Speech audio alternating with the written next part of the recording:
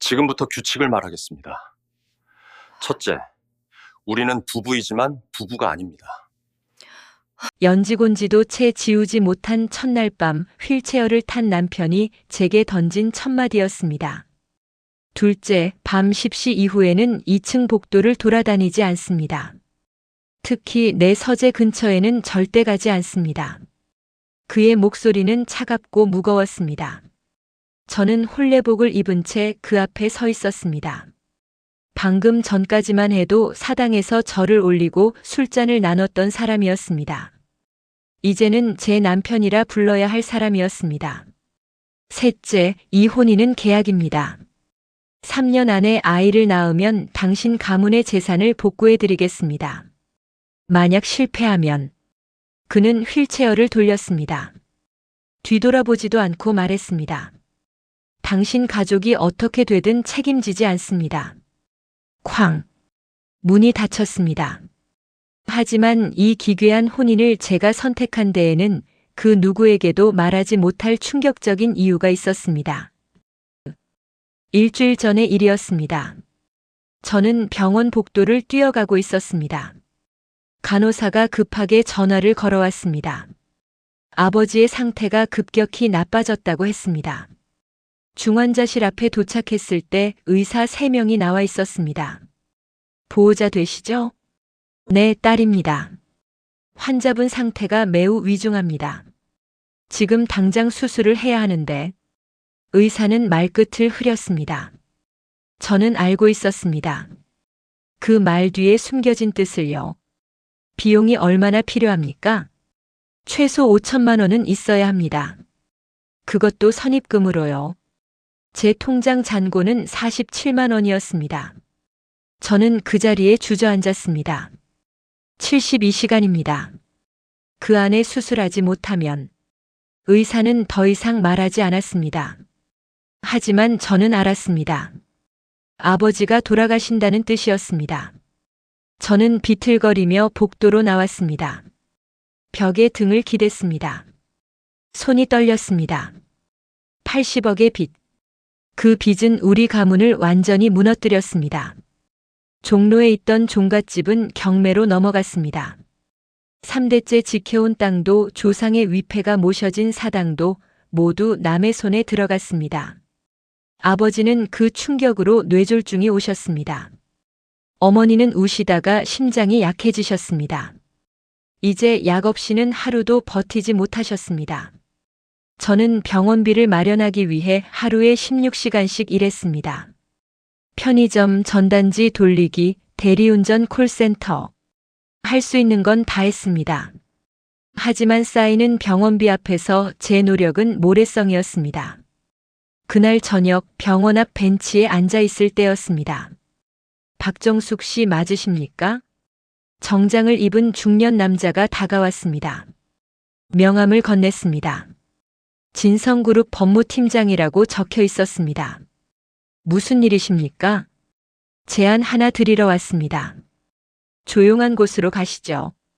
저는 따라갔습니다. 병원 근처 조용한 카페였습니다. 그는 서류 봉투를 꺼냈습니다. 우리 회장님 아드님과 혼인하시면 박 씨 집안의 빚 80억을 모두 탕감해 드리겠습니다. 아버님 치료비도 평생 보장해 드립니다. 저는 귀를 의심했습니다. 무슨 말씀이십니까? 강진혁, 진성그룹 차기 회장입니다. 3년 전 사고로 하반신 마비가 오셨습니다. 때를 이을 며느리가 필요합니다. 그의 말은 담담했습니다. 마치 부동산 계약서를 설명하듯 건조했습니다. 우리 회장님께서 박 씨 집안을 오래 지켜보셨습니다. 명문가 출신이시고 집안 교육도 제대로 받으셨죠. 조건은 간단합니다. 3년 안에 아이를 낳으시면 됩니다. 저는 손이 떨렸습니다. 찻잔을 들 수가 없었습니다. 거절하시면 어쩔 수 없습니다. 하지만 그는 시계를 봤습니다. 아버님께 남은 시간이 72시간이라고 들었습니다. 결정하실 시간이 많지 않으시죠? 그는 일어섰습니다. 명함을 한 장 더 놓고 갔습니다. 내일 저녁 6시까지 연락 주십시오. 그때까지 답이 없으면 다른 분을 알아보겠습니다. 저는 그 자리에 1시간을 앉아 있었습니다. 카페 직원이 걱정스러운 눈빛으로 쳐다봤습니다.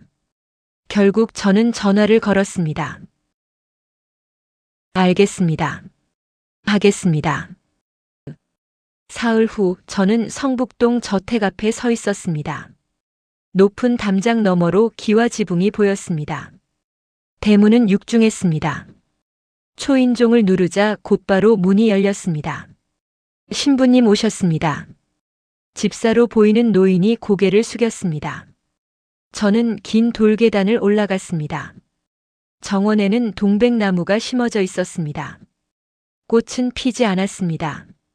앙상한 가지만 바람에 흔들렸습니다. 이쪽으로 오십시오. 먼저 의복을 갈아입으셔야 합니다. 저는 별채로 안내받았습니다. 거기에는 혼례복이 준비되어 있었습니다. 붉은 저고리, 푸른 치마, 족두리. 모두 고급스러웠습니다. 화장은 제가 도와드리겠습니다. 나이 지긋한 여인이 들어왔습니다. 그녀는 말없이 제 얼굴에 연지곤지를 찍었습니다. 거울 속 제 모습은 낯설었습니다. 신부님 우십니까? 아닙니다. 저는 웃고 있지 않았습니다. 하지만 눈가가 뜨거웠습니다. 혼례는 간소했습니다. 사당에는 가족도 없었습니다. 하객도 없었습니다. 늙은 회장 1명, 집사 2명, 그리고 휠체어에 앉은 신랑뿐이었습니다. 신부 입장하십니다. 저는 긴 복도를 걸었습니다. 사당 안쪽 높은 자리에 그가 앉아 있었습니다. 강진혁. 검은 정장을 입고 있었습니다. 얼굴은 무표정했습니다. 제가 들어가도 고개조차 돌리지 않았습니다. 절을 올렸습니다. 술잔을 나눴습니다. 서류에 도장을 찍었습니다. 20분이 채 걸리지 않았습니다. 이제 신방으로 안내하겠습니다. 그리고 저는 지금 혼자 이 방에 남겨졌습니다. 남편은 차가운 규칙만 던지고 나갔습니다. 연지곤지가 번진 손등이 떨렸습니다. 창밖을 봤습니다.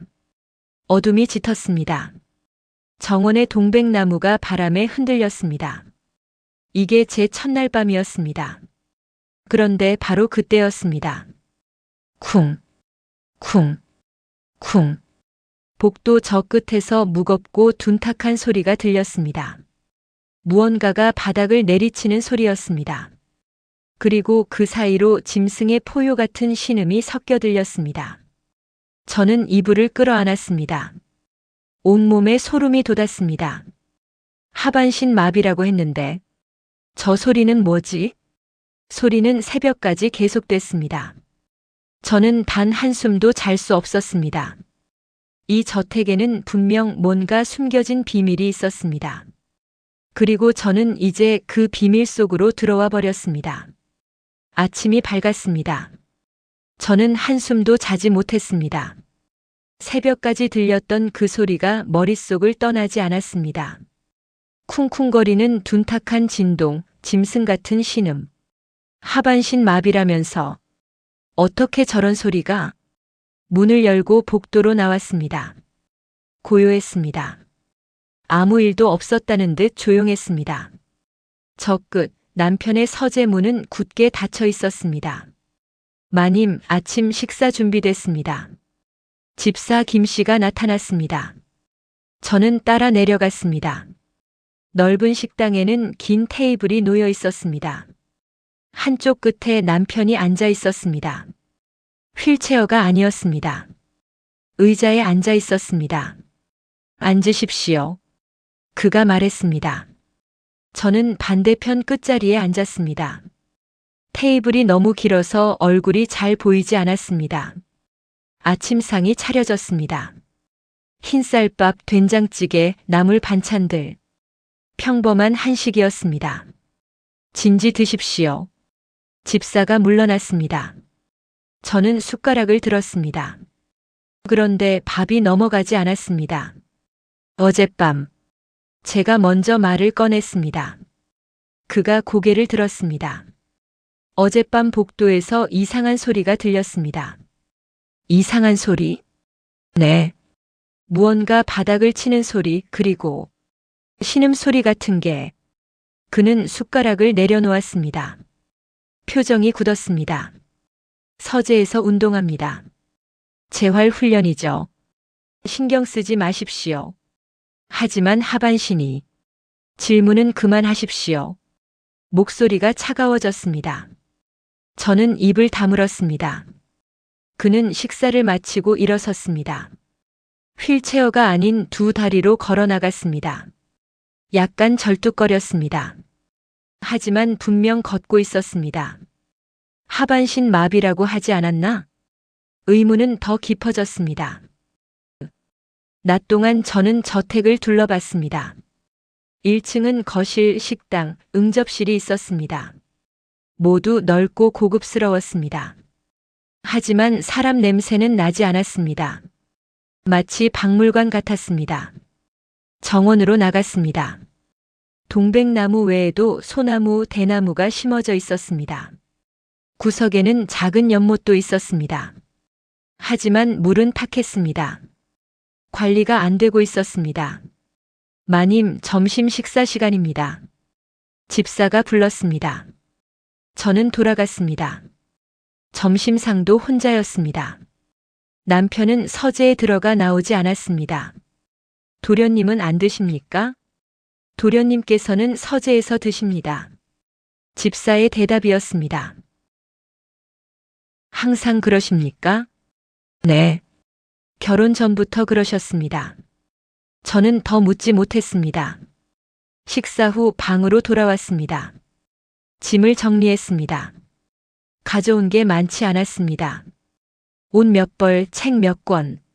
그게 전부였습니다. 서랍을 열었습니다. 안에 편지 봉투가 하나 들어 있었습니다. 법무팀장이 준 서류였습니다. 혼인계약서. 저는 다시 펼쳐봤습니다. 제3조 신부는 혼인 후 3년 이내에 자녀를 출산해야 한다. 이를 이행하지 못할 경우 본 계약의 모든 조건은 무효가 된다. 손이 떨렸습니다. 3년. 아이를 낳아야 합니다. 하지만 남편은 저를 쳐다보지도 않았습니다. 어떻게 아이를 낳는단 말인가? 그때 어머니의 목소리가 떠올랐습니다. 정수가 종갓집 며느리는 무엇보다 대를 이어야 한다. 그게 내 의무란다. 의무. 저는 그 단어가 싫었습니다. 하지만 선택의 여지가 없었습니다. 저녁이 됐습니다. 저는 결심했습니다. 먼저 다가가야 한다고. 아무리 차갑게 굴어도 일단 대화는 해야 한다고. 부엌으로 갔습니다. 집사에게 물었습니다. 도련님께서 좋아하시는 음식이 뭡니까? 도련님은 특별히 좋아하시는 게 없으십니다. 그래도 자주 드시는 건 있지 않습니까? 집사는 잠시 생각하다 말했습니다. 삼계탕을 가끔 드십니다. 기력이 떨어지실 때요. 제가 만들어도 될까요? 그러시겠습니까? 집사의 눈빛이 흔들렸습니다. 놀란 것 같았습니다. 네. 시장 갈 수 있도록 차 좀 불러주십시오. 1시간 후 저는 근처 한약방과 시장을 돌았습니다. 연계, 인삼, 대추, 마늘, 찹쌀. 좋은 것만 골라 샀습니다. 저택으로 돌아와 부엌에 섰습니다. 닭을 손질했습니다. 배를 갈라 찹쌀을 채웠습니다. 인삼과 대추를 넣었습니다. 큰 솥에 물을 붓고 천천히 끓였습니다. 2시간이 걸렸습니다. 국물이 뽀얗게 우러났습니다. 냄새가 좋았습니다. 집사님, 이거 서재로 가져다 드릴 수 있을까요? 제가 가져다 드리겠습니다. 아닙니다. 제가 직접 가겠습니다. 집사는 난처한 표정을 지었습니다. 도련님께서 서재 출입을 금하셨습니다. 부부인데 식사 한 끼 갖다 드리는 게 문제입니까? 제 목소리가 단호했습니다. 집사는 결국 고개를 끄덕였습니다. 조심하십시오. 저는 쟁반을 들고 2층으로 올라갔습니다. 복도는 어두웠습니다. 서재 문 앞에 섰습니다. 안에서 무언가 소리가 들렸습니다. 무거운 숨소리, 뭔가 부딪히는 소리. 똑똑. 문을 두드렸습니다. 누구십니까? 낮고 거친 목소리였습니다. 정숙입니다. 식사 가져왔습니다. 잠시 침묵이 흘렀습니다. 필요 없습니다. 돌아가십시오. 삼계탕입니다. 몸에 좋다고 해서 돌아가라고 했습니다. 목소리가 커졌습니다. 저는 움찔했습니다. 하지만 물러서지 않았습니다. 문 열어주십시오. 금방 갖다 놓고 가겠습니다. 지금 당장. 쿵. 안에서 무언가 쓰러지는 소리가 들렸습니다. 그리고 낮은 신음. 도련님? 저는 손잡이를 잡았습니다. 잠겨 있지 않았습니다. 문을 열었습니다. 그리고 그 순간 제가 본 광경은 충격적이었습니다. 서재 안은 난장판이었습니다. 책상은 엎어져 있었습니다. 책들이 바닥에 널브러져 있었습니다. 그리고 방 한가운데 남편이 쓰러져 있었습니다. 휠체어가 아니었습니다. 두 다리로 서 있다가 무릎을 꿇은 모습이었습니다. 나가. 그가 고개를 들었습니다. 얼굴이 일그러져 있었습니다. 땀이 비 오듯 흘렀습니다. 눈빛은 야수 같았습니다. 나가라고 했습니다. 그가 소리쳤습니다. 저는 쟁반을 떨어뜨릴 뻔했습니다. 도련님 괜찮으십니까? 닥치고 나가. 그는 책상을 짚고 일어났습니다. 다리가 떨렸습니다. 하지만 분명 서 있었습니다. 걷고 있었습니다. 제게 다가왔습니다. 당신이 뭘 받든 입 밖에 내지 마십시오. 그의 손이 제 팔을 잡았습니다. 힘이 엄청났습니다. 아팠습니다. 이 집에서 살고 싶으면 본 것도 들은 것도 없는 척 하십시오. 알겠습니까? 저는 고개를 끄덕였습니다. 그는 저를 밀쳐냈습니다. 저는 비틀거리며 뒤로 물러났습니다. 쾅! 문이 닫혔습니다. 저는 그 자리에 멍하니 서 있었습니다. 쟁반을 떨어뜨렸습니다. 국그릇이 깨졌습니다. 뜨거운 국물이 바닥에 쏟아졌습니다. 집사가 달려왔습니다. 마님, 괜찮으십니까? 저는 대답하지 못했습니다. 다리가 풀렸습니다. 그 자리에 주저앉았습니다. 하반신 마비가 아니었어. 거짓말이었어. 그럼 왜 거짓말을 한 거지? 더 무서운 건 그의 눈빛이었습니다. 분노가 아니었습니다. 고통이었습니다. 마치 무언가와 싸우고 있는 듯한. 그날 밤 저는 다시 잠들지 못했습니다. 복도에서 또 소리가 들렸습니다. 어제보다 더 격렬했습니다. 쿵, 쿵, 쿵. 무언가를 내리치는 소리. 짐승의 포효. 그리고 가끔씩 들리는 낮은 신음. 저는 이불을 머리까지 뒤집어 썼습니다. 귀를 막았습니다. 하지만 소리는 계속 들렸습니다. 새벽 4시쯤 소리가 멈췄습니다. 그리고 복도를 걷는 발소리가 들렸습니다. 무겁고 느린 발걸음. 제 방 앞을 지나갔습니다. 잠시 멈췄습니다. 숨소리가 들렸습니다. 문 바로 앞에서 저는 숨을 죽였습니다. 심장이 터질 것 같았습니다. 얼마나 지났을까요? 발소리가 다시 멀어졌습니다. 저는 그제야 숨을 쉬었습니다. 이 집은 뭔가 잘못됐어. 이 남자는 보통 사람이 아니야. 아침이 밝았을 때 저는 결심했습니다. 이 비밀을 밝혀내야겠다고. 그가 숨기고 있는 게 뭔지, 왜 거짓말을 했는지, 밤마다 무엇과 싸우는 건지 알아내야만 했습니다. 이 기괴한 혼인에서 살아남기 위해서라도. 사흘이 지났습니다. 저는 남편을 거의 보지 못했습니다. 아침 식사는 혼자였습니다. 점심도 저녁도 마찬가지였습니다. 그는 서재에 틀어박혀 나오지 않았습니다. 밤이 되면 소리가 들렸습니다. 쿵쿵거리는 진동, 짐승 같은 신음. 매일 밤 새벽까지 계속됐습니다. 저는 지쳐갔습니다. 잠을 제대로 잘 수 없었습니다. 식욕도 없었습니다. 거울을 보니 얼굴이 헬쑥해져 있었습니다. 이러다가 내가 먼저 쓰러지겠어. 그날 오후 집사가 찾아왔습니다. 마님, 회장님께서 부르십니다. 회장님이요? 네. 본체 응접실로 오시랍니다. 저는 따라갔습니다. 본체는 별채와 떨어진 곳에 있었습니다. 더 크고 오래된 한옥이었습니다. 응접실 문을 열었습니다. 휠체어에 앉은 노인이 보였습니다. 강 회장, 남편의 아버지였습니다. 앉게. 목소리는 권위적이었습니다. 저는 맞은편 자리에 앉았습니다. 혼인한 지 나흘이 됐네. 어떤가? 잘 지내고 있습니다. 거짓말 말게. 자네 얼굴이 말해주고 있네. 회장은 날카로운 눈으로 저를 봤습니다. 진혁이가 자네를 힘들게 하나? 저는 대답하지 못했습니다. 회장은 한숨을 쉬었습니다. 그 녀석 3년 전부터 저 모양일세. 사고 이후로 사람이 변했어. 무슨 사고였습니까? 자네가 알 필요는 없네. 다만, 회장은 창밖을 봤습니다. 진혁이는 원래 착한 아이였네. 총명하고 예의 바르고. 그런데 그 일 이후로 밤마다 악몽에 시달리고 사람을 피하고 자신을 가두더군.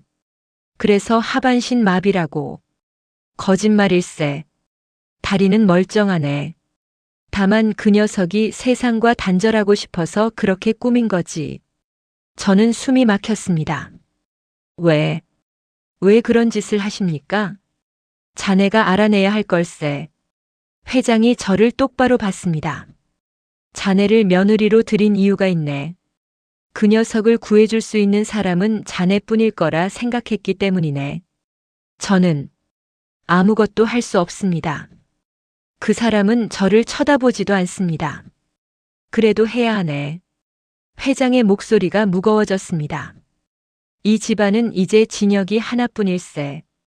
그 녀석이 무너지면 진성그룹도 무너지네. 그러면 회장은 말을 멈췄습니다. 하지만 저는 알았습니다.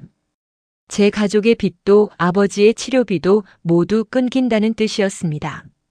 3년일세. 그 안에 아이를 낳고 진혁이를 정상으로 돌려놓게. 그게 자네 임무네. 회장은 휠체어를 돌렸습니다. 만약 실패하면 자네 가족이 어떻게 되든 내 알 바 아니네. 문이 닫혔습니다. 저는 그 자리에 오래 앉아 있었습니다. 3년. 아이를 낳고 그 사람을 고쳐야 한다고. 불가능했습니다. 그는 저를 가까이 오지도 못하게 했습니다. 저녁이 됐습니다. 저는 다시 부엌으로 갔습니다. 이번에는 한약재를 준비했습니다. 홍삼, 녹용, 숙지황. 영양제에 가까운 약재들이었습니다. 마님, 그건. 집사가 걱정스러운 눈으로 봤습니다. 도련님께 드릴 겁니다. 지난번에도. 이번에는 문 앞에 놓고 올 겁니다. 괜찮습니다. 저는 천천히 약을 다렸습니다. 1시간이 걸렸습니다. 검붉은 액체가 작은 병에 담겼습니다. 밤 9시 저는 2층으로 올라갔습니다. 서재 문 앞에 약병을 놓았습니다. 쪽지도 함께 놨습니다.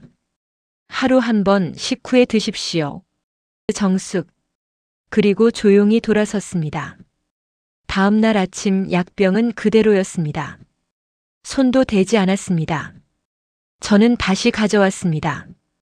새로 다려서 또 놓았습니다. 사흘째 약병은 여전히 그대로였습니다. 나흘째도 닷새째도 마찬가지였습니다. 저는 포기하지 않았습니다. 매일 약을 다려서 문 앞에 놓았습니다. 남편은 단 한 번도 마시지 않았습니다. 일주일이 지났습니다. 그날 저녁 집사가 급하게 뛰어왔습니다.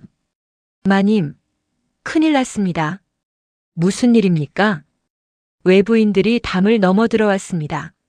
저택을 포위했습니다. 제 머릿속이 하얘졌습니다. 경찰은요? 이미 불렀는데 20분은 걸린다고 합니다. 집사의 얼굴이 창백했습니다. 빨리 숨으셔야 합니다. 저는 집사를 따라 뛰었습니다. 복도를 지나 사당 쪽으로 갔습니다. 그런데 그때였습니다. 쾅! 사당 문이 박살났습니다. 괴한 5명이 들어왔습니다. 모두 복면을 쓰고 있었습니다. 저기 있다. 그들이 저를 향해 달려왔습니다. 집사가 막아섰습니다. 마님, 도망치십시오.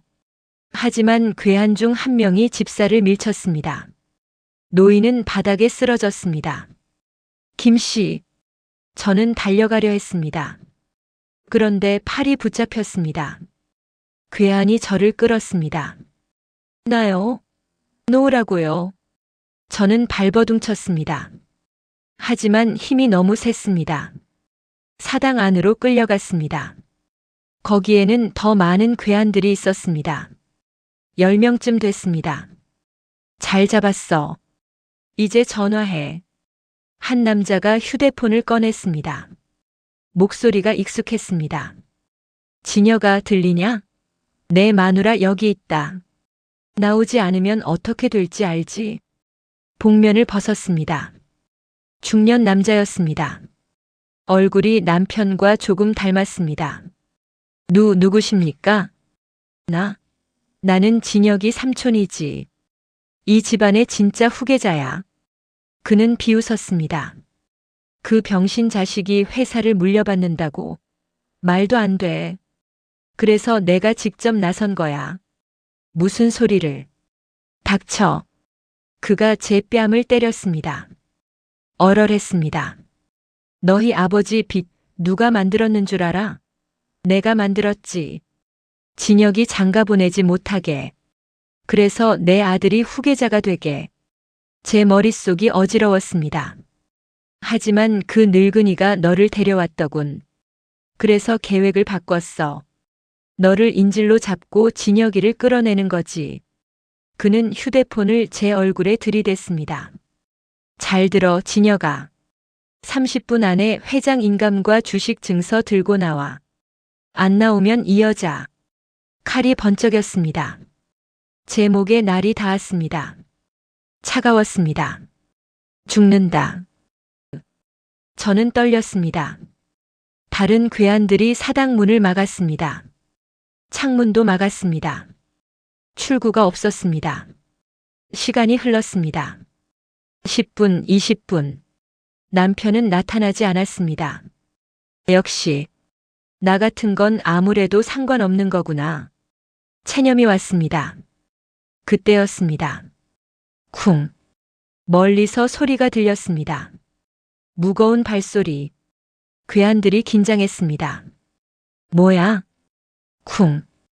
쿵. 쿵. 발소리가 가까워졌습니다. 복도를 울렸습니다.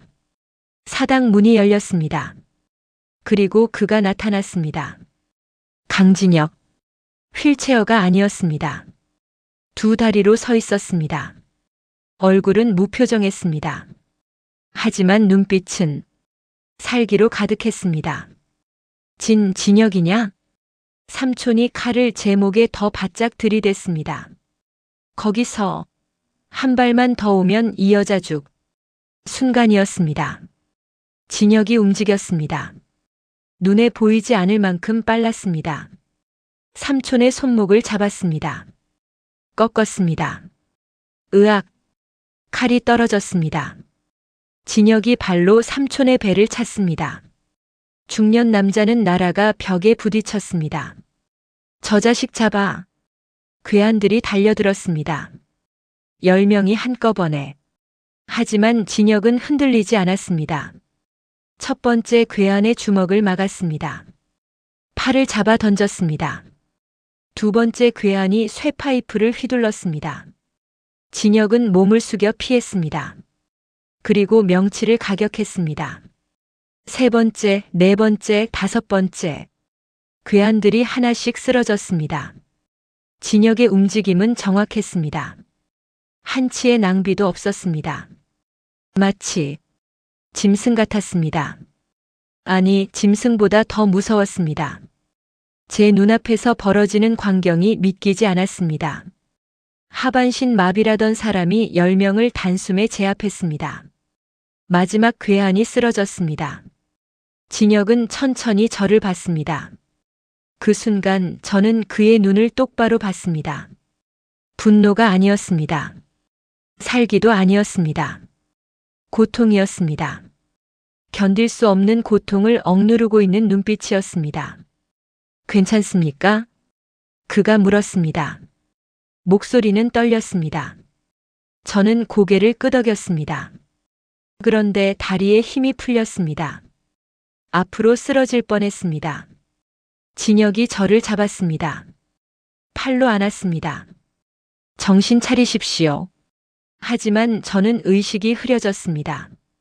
공포, 안도, 충격이 한꺼번에 밀려왔습니다. 마지막으로 본 건 그의 얼굴이었습니다. 걱정하는 표정이었습니다. 깨어났을 때 병원이었습니다. 하얀 천장이 보였습니다. 링거가 꽂혀 있었습니다. 정신 드셨습니까? 집사 김 씨가 옆에 있었습니다. 무슨? 범인들은 모두 잡혔습니다. 경찰이 데려갔습니다. 마님께서는 쇼크로 실신하셨습니다. 저는 천천히 기억을 떠올렸습니다. 괴한들, 삼촌, 그리고 남편. 도련님은요? 집사의 표정이 어두워졌습니다. 도련님께서는 저택으로 돌아가셨습니다. 그 후로 서재에 틀어박히셨습니다. 제가 가봐야 합니다. 저는 일어나려 했습니다. 하지만 몸이 말을 듣지 않았습니다. 아직은 무리하시면 안 됩니다. 괜찮습니다. 가야 합니다. 저는 링거를 뽑았습니다. 비틀거리며 일어났습니다. 1시간 후 저는 저택으로 돌아왔습니다. 서재 앞에 섰습니다. 안은 조용했습니다. 똑똑. 도련님, 저예요. 대답이 없었습니다. 들어가겠습니다. 문을 열었습니다. 서재 안은 어두웠습니다. 커튼이 쳐져 있었습니다.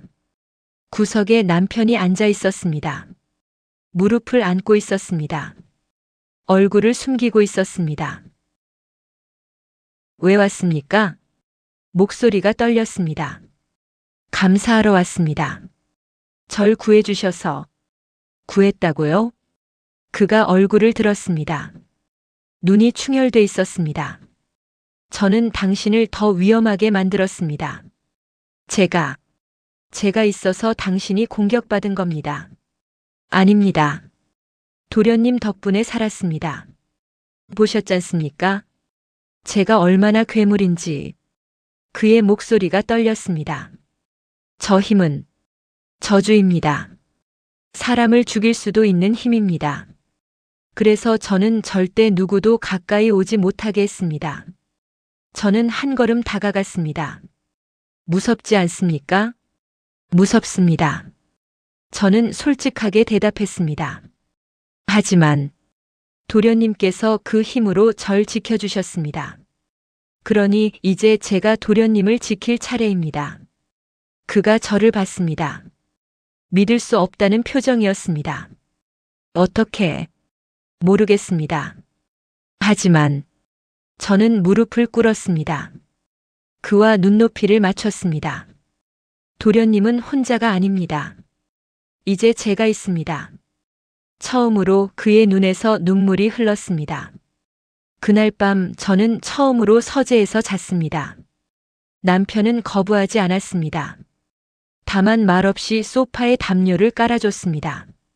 저는 그 위에 누웠습니다. 어둠 속에서 그의 숨소리가 들렸습니다. 거칠고 불규칙했습니다. 아직도 무언가와 싸우고 있는 것 같았습니다. 도련님, 제가 먼저 말을 꺼냈습니다. 네. 잠 못 주무시는 겁니까? 침묵이 흘렀습니다. 그러다 작은 대답이 돌아왔습니다. 매일 그렇습니다. 악몽 때문입니까? 어떻게? 집사님께 들었습니다. 3년 전 사고 이후로 밤마다 악몽에 시달리신다고. 그는 대답하지 않았습니다. 저는 일어나 앉았습니다. 말씀해 주시겠습니까? 무슨 일이 있었는지. 당신이 알 필요 없습니다. 저는 이제 도련님의 아내입니다. 알 권리가 있습니다. 그가 한숨을 쉬었습니다. 긴 침묵 끝에 입을 열었습니다. 3년 전 저는 사람을 죽일 뻔했습니다. 제 심장이 쿵 내려앉았습니다. 회사 일로 지방 출장을 갔었습니다. 돌아오는 길에 사고가 있었습니다.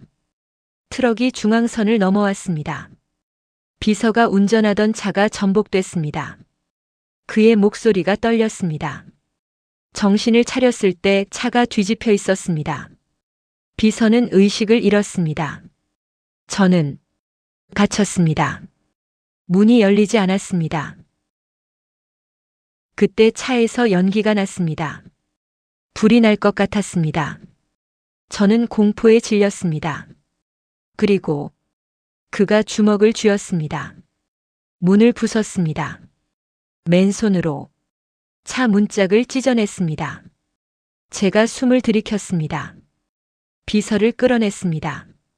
그런데 제 손에 엄청난 힘이 느껴졌습니다. 마치 제가 아닌 것 같았습니다. 짐승이 된 것 같았습니다. 그래서 비서님을 구하신 거 아닙니까? 구했지만 그 힘이 무서웠습니다.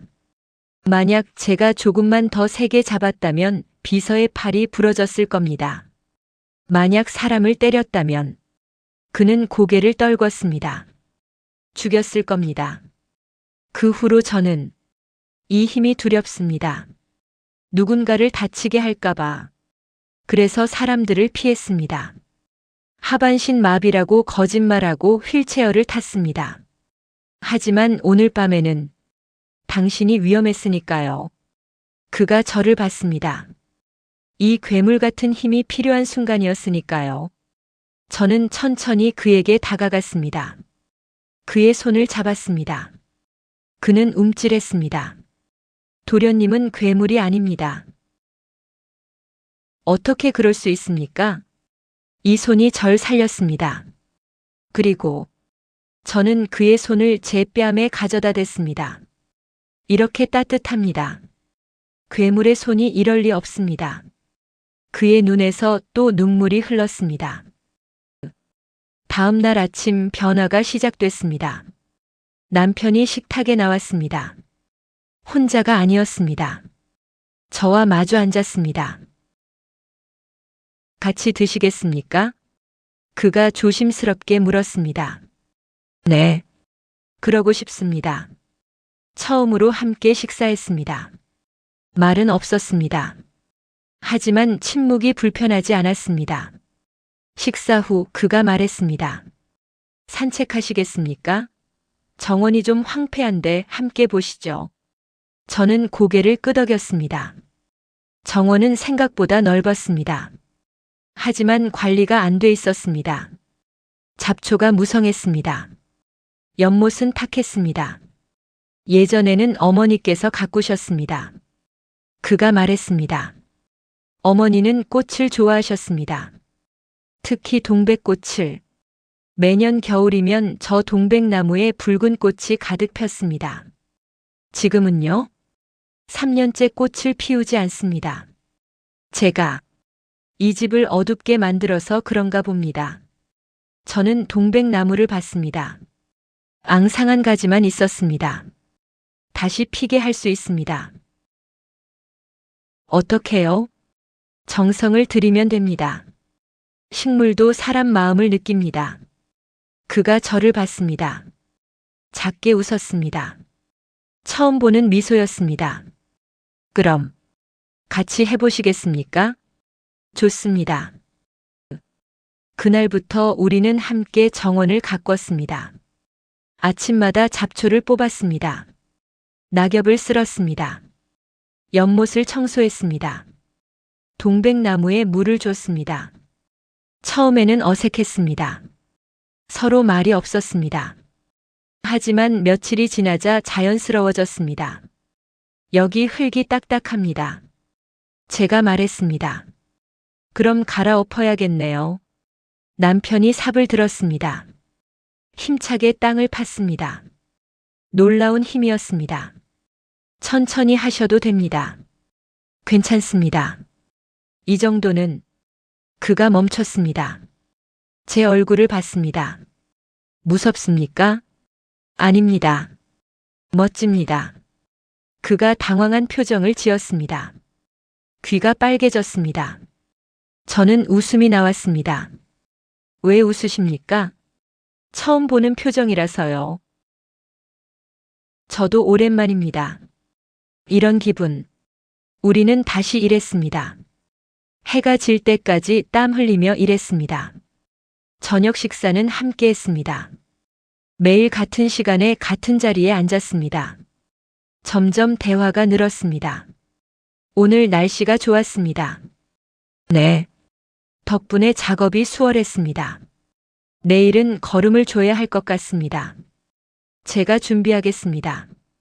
짧지만 따뜻한 대화였습니다. 일주일이 지났습니다. 그날 저녁 저는 다시 한약을 다렸습니다. 이번에는 남편이 부엌에 들어왔습니다. 뭐 하십니까? 약 다리고 있습니다. 제게 주실 겁니까? 네. 몸이 많이 지치셨을 것 같아서요. 그는 잠시 망설이다가 말했습니다. 제가 지난번에 받은 약들 버리지 못했습니다. 네. 서재 책상 서랍에 다 모아뒀습니다. 매일 바라만 봤습니다. 마시고 싶었는데 그럴 자격이 없다고 생각했습니다. 제 가슴이 뜨거워졌습니다. 이제는 마시겠습니까? 마셔도 될까요? 당연합니다. 저는 약을 작은 사발에 따랐습니다. 그에게 건넸습니다. 그는 천천히 마셨습니다. 쓴 표정을 지었습니다. 쓰십니까? 아닙니다. 좋습니다. 그가 사발을 비웠습니다. 그리고 조용히 말했습니다. 감사합니다. 네.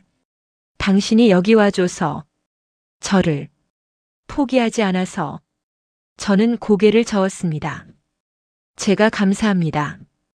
도련님께서 절 받아주셔서 우리는 서로를 봤습니다.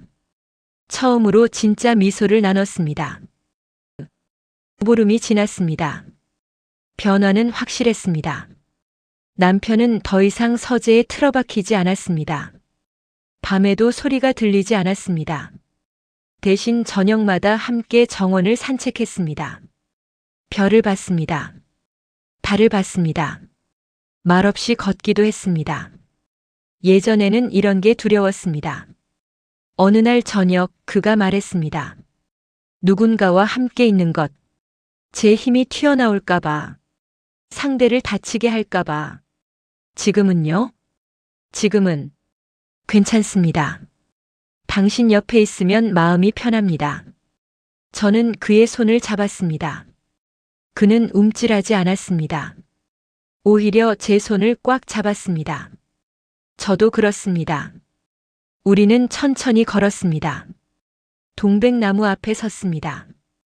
이 나무 곧 꽃을 피울 것 같습니다. 제가 말했습니다. 어떻게 아십니까? 느낌이 그렇습니다. 나무가 살아있는 것 같습니다. 그가 나무를 만졌습니다. 조심스럽게 부드럽게. 그렇다면 좋겠습니다. 어머니께서 좋아하셨으니까 분명 피울 겁니다. 우리가 함께 가꿨으니까요. 그가 저를 봤습니다. 눈빛이 따뜻했습니다. 당신은 참 신기한 사람입니다. 왜요? 제게 희망을 줍니다. 제가 괴물이 아니라고 다시 살 수 있다고 믿게 만듭니다. 저는 그의 손을 더 꽉 잡았습니다. 도련님은 괴물이 아닙니다. 그저 아픈 사람이었을 뿐입니다. 이제는요? 이제는 나아가고 있는 사람입니다. 한 달이 지났습니다. 그날 아침 회장이 저를 불렀습니다. 진혁이가 많이 변했네. 회장의 목소리는 만족스러웠습니다. 다 자네 덕일세. 고맙네. 아닙니다. 저는 그저 겸손할 것 없네. 진혁이가 웃는 얼굴을 본 게 몇 년 만인지 모르겠네. 회장은 서류를 꺼냈습니다. 자네 아버지 병원비 앞으로 10년치를 선납했네. 어머니 약값도 마찬가지고. 그리고 또 다른 서류를 내밀었습니다.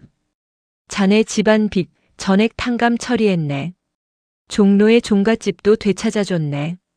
이제 자네 소유일세. 저는 숨이 멎었습니다. 회장님. 약속했으니까. 그리고 진혁이가 부탁했네. 자네 가족을 제대로 챙겨달라고. 눈물이 났습니다.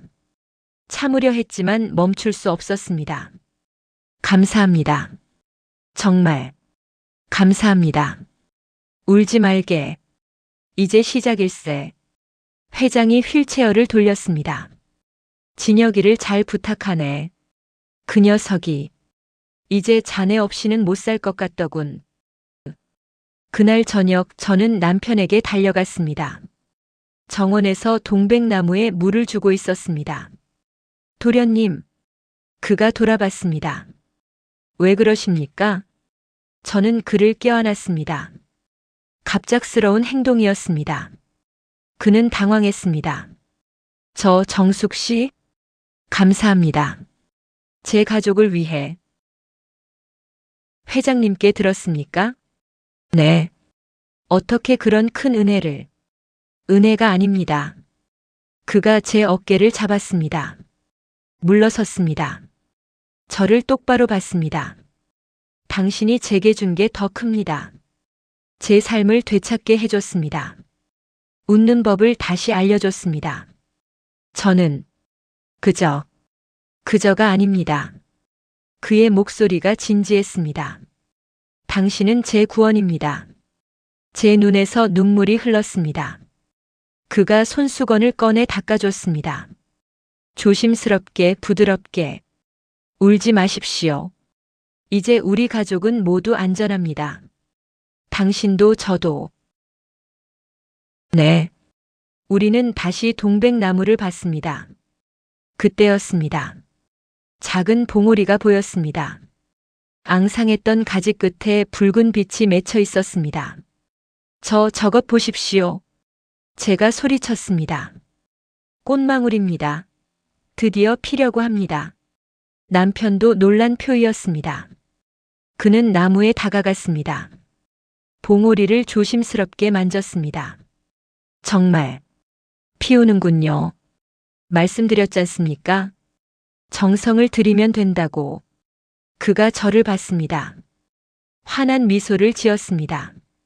당신 말이 맞았습니다. 정말 맞았습니다. 우리는 손을 잡고 동백나무를 봤습니다. 겨울이 지나고 있었습니다. 봄이 오고 있었습니다. 이 집에도 우리에게도 동백꽃이 피었습니다. 새벽에 일어나 창문을 열었을 때 붉은 꽃들이 온 나무를 덮고 있었습니다. 3년 만에 개화였습니다. 저는 옷도 제대로 갈아입지 못하고 정원으로 뛰어갔습니다. 도련님, 남편이 서재에서 나왔습니다. 놀란 표정이었습니다. 무슨 일입니까? 꽃이 폈습니다. 우리는 함께 동백나무 앞에 섰습니다. 햇살을 받은 붉은 꽃잎이 눈부셨습니다. 정말 피었네요. 그의 목소리가 떨렸습니다. 어머니께서 보셨다면 얼마나 좋아하셨을까요? 분명 보고 계실 겁니다. 제가 말했습니다. 어디선가 웃고 계실 거예요. 그가 제 손을 잡았습니다. 꽉 쥐었습니다. 당신 덕분입니다. 아닙니다. 우리 함께 가꿨지 않습니까? 그래도 그가 저를 봤습니다. 눈빛이 촉촉했습니다. 당신이 아니었다면 이 꽃은 영영 피지 못했을 겁니다. 저도 이렇게 웃지 못했을 겁니다. 저는 그의 손을 맞잡았습니다. 말없이 꽃을 봤습니다. 봄바람이 불었습니다. 꽃잎이 흔들렸습니다.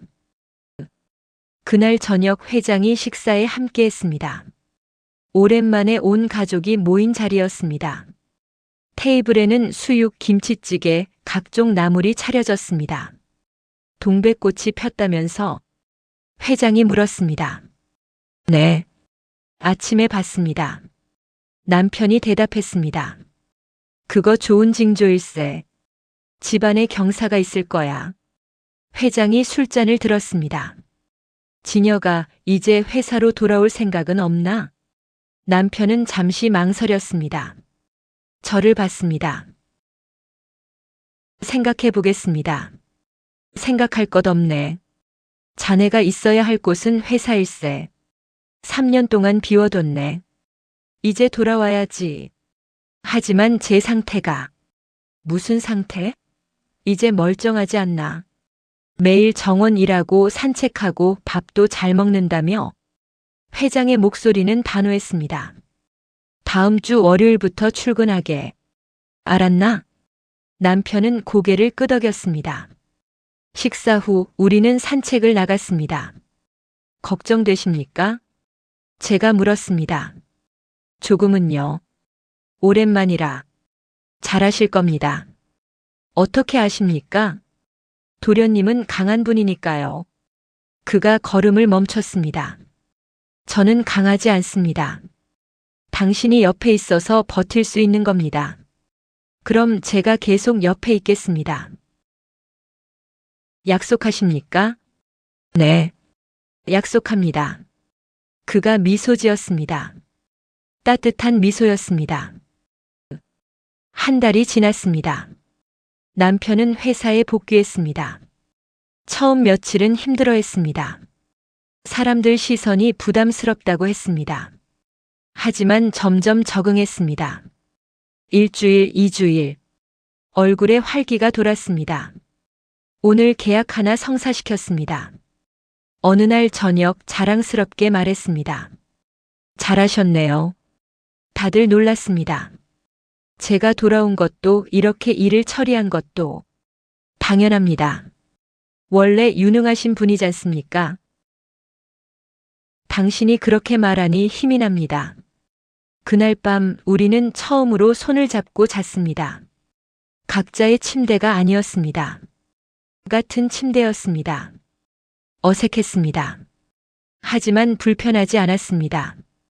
정숙 씨. 네. 고맙습니다. 저야말로요. 우리는 말없이 서로를 안았습니다. 따뜻했습니다. 2달이 지났습니다. 제 몸에 변화가 생겼습니다. 입덧이 시작됐습니다. 아침마다 속이 메스꺼웠습니다. 병원에 갔습니다. 의사가 웃으며 말했습니다. 축하드립니다. 임신하셨어요. 제 머릿속이 하얘졌습니다. 정말, 정말입니까? 네. 6주 정도 됐네요. 집으로 돌아왔습니다. 남편에게 말해야 했습니다. 하지만 입이 떨어지지 않았습니다. 저녁 식사 때 저는 용기를 냈습니다. 도련님. 네. 오늘 병원에 다녀왔습니다. 그의 표이 굳었습니다. 어디 아프십니까? 아니요. 아픈 건 아니고. 저는 손을 꼭 쥐었습니다. 아기가 생겼습니다. 그가 멈췄습니다. 젓가락을 떨어뜨렸습니다. 뭐라고 하셨습니까? 임신했습니다. 6주 됐다고 합니다. 그는 자리에서 벌떡 일어났습니다. 저에게 다가왔습니다. 제 손을 잡았습니다. 정말입니까? 정말. 우리 아기가? 네. 정말입니다. 그의 눈에서 눈물이 흘렀습니다. 그는 무릎을 꿇었습니다. 제 배에 귀를 가져다 댔습니다. 안녕. 안녕, 우리 아가. 저도 울었습니다. 그의 머리를 쓰다듬었습니다. 좋은 아빠가 되어주실 거죠? 당연합니다. 제 목숨보다 소중하게 키우겠습니다. 우리는 한참을 그렇게 있었습니다. 석 달이 지났습니다. 배가 불러왔습니다. 옷이 맞지 않았습니다. 남편은 인부복을 잔뜩 사왔습니다. 이건 너무 많습니다. 많지 않습니다. 더 사야 합니다. 그는 매일 저를 챙겼습니다. 아침마다 미역국을 끓였습니다. 발을 주물러 줬습니다. 병원 검진도 빠짐없이 함께 갔습니다. 과보호 아닙니까? 제가 웃으며 말했습니다. 과보호가 아닙니다. 당연한 겁니다. 회사는요? 바쁘시지 않습니까? 당신과 아기보다 중요한 일은 없습니다. 그의 진심이 느껴졌습니다. 저는 행복했습니다. 어느 날 밤 아기가 움직였습니다. 처음 느끼는 태동이었습니다. 도련님, 지금 움직였어요. 남편이 달려왔습니다. 제 배에 손을 댔습니다. 또, 아기가 다시 찼습니다. 느껴집니다. 우리 아기가. 그의 얼굴에 환한 미소가 번졌습니다. 건강하게 자라고 있네요. 당신을 닮아서 그럴 겁니다. 저를요? 네. 강하고 씩씩하게. 저는 그의 손을 잡았습니다. 아빠 닮아서 다행입니다. 마침내 그날이 왔습니다. 진통이 시작됐습니다. 한밤중이었습니다. 도련님, 아파요. 남편이 황급히 일어났습니다. 차를 몰았습니다. 병원까지 20분 거리를 10분 만에 도착했습니다. 분만실로 들어갔습니다. 남편이 제 손을 잡았습니다. 할 수 있습니다. 당신은 강한 사람입니다. 진통이 심해졌습니다. 저는 비명을 질렀습니다. 힘내십시오. 조금만 더. 의사의 목소리가 들렸습니다. 마지막 힘을 냈습니다. 그리고 으아앙. 아기의 울음소리가 터졌습니다. 축하드립니다. 쌍둥이입니다. 아들과 딸이에요. 의사가 웃으며 말했습니다. 저는 기진맥진했습니다. 하지만 행복했습니다. 남편이 제 손에 입을 맞췄습니다. 고생하셨습니다. 정말 감사합니다. 그는 울고 있었습니다. 기쁨의 눈물이었습니다. 간호사가 아기들을 안겨줬습니다. 작고 따뜻했습니다. 안녕, 우리 아가들. 남편이 조심스럽게 만졌습니다. 손가락 하나하나를 확인했습니다. 완벽합니다. 완벽해요. 저는 그를 봤습니다. 아빠가 된 남자의 얼굴이었습니다. 1년이 지났습니다. 동백꽃이 다시 피었습니다. 작년보다 더 많이, 더 붉게. 정원에는 아기 울음소리가 가득했습니다. 쌍둥이가 기어다니고 있었습니다. 진우야, 안 돼. 거기 가면 안 돼. 남편이 아들을 잡았습니다. 진아야, 너도. 꽃 뜯으면 안 돼. 딸도 안아 올렸습니다. 저는 그 모습을 봤습니다. 웃음이 났습니다. 도련님, 쩔쩔매시네요. 당연하지 않습니까? 둘이서 사방팔방 기어다니는데. 그래도 행복하시죠? 네. 너무 행복합니다. 그가 저를 봤습니다. 당신 덕분입니다. 이 모든 게 우리 함께 만든 겁니다. 저는 그의 옆에 앉았습니다. 아기들을 안았습니다. 처음 이 집에 왔을 때 생각나십니까? 네. 어떻게 있겠습니까? 그때는 무서웠습니다. 앞이 보이지 않았습니다. 저도 그랬습니다. 어둠 속에 갇혀 있었습니다. 남편이 제 손을 잡았습니다. 하지만 당신이 빛이 되어줬습니다. 제게 다시 살 이유를 줬습니다. 저야말로요. 도련님이 절 지켜줬습니다. 우리는 서로를 봤습니다. 아기들이 웃었습니다. 동백 꽃잎이 바람에 흩날렸습니다. 붉은 꽃잎이 우리 위로 떨어졌습니다. 정숙 씨. 네. 사랑합니다. 처음 듣는 말이었습니다. 제 가슴이 뛰었습니다. 저도 사랑합니다. 우리는 키스했습니다. 아기들이 까르르 웃었습니다. 성북동 저택에 봄이 찾아왔습니다. 야수는 사람이 됐습니다. 그리고 한 여자의 남편이 두 아이의 아버지가 됐습니다. 저는 깨달았습니다. 세상에서 가장 무서운 힘도 사랑 앞에서는 가장 부드러운 손길이 된다는 것을. 야수의 눈물을 먹고 꽃이 피었습니다.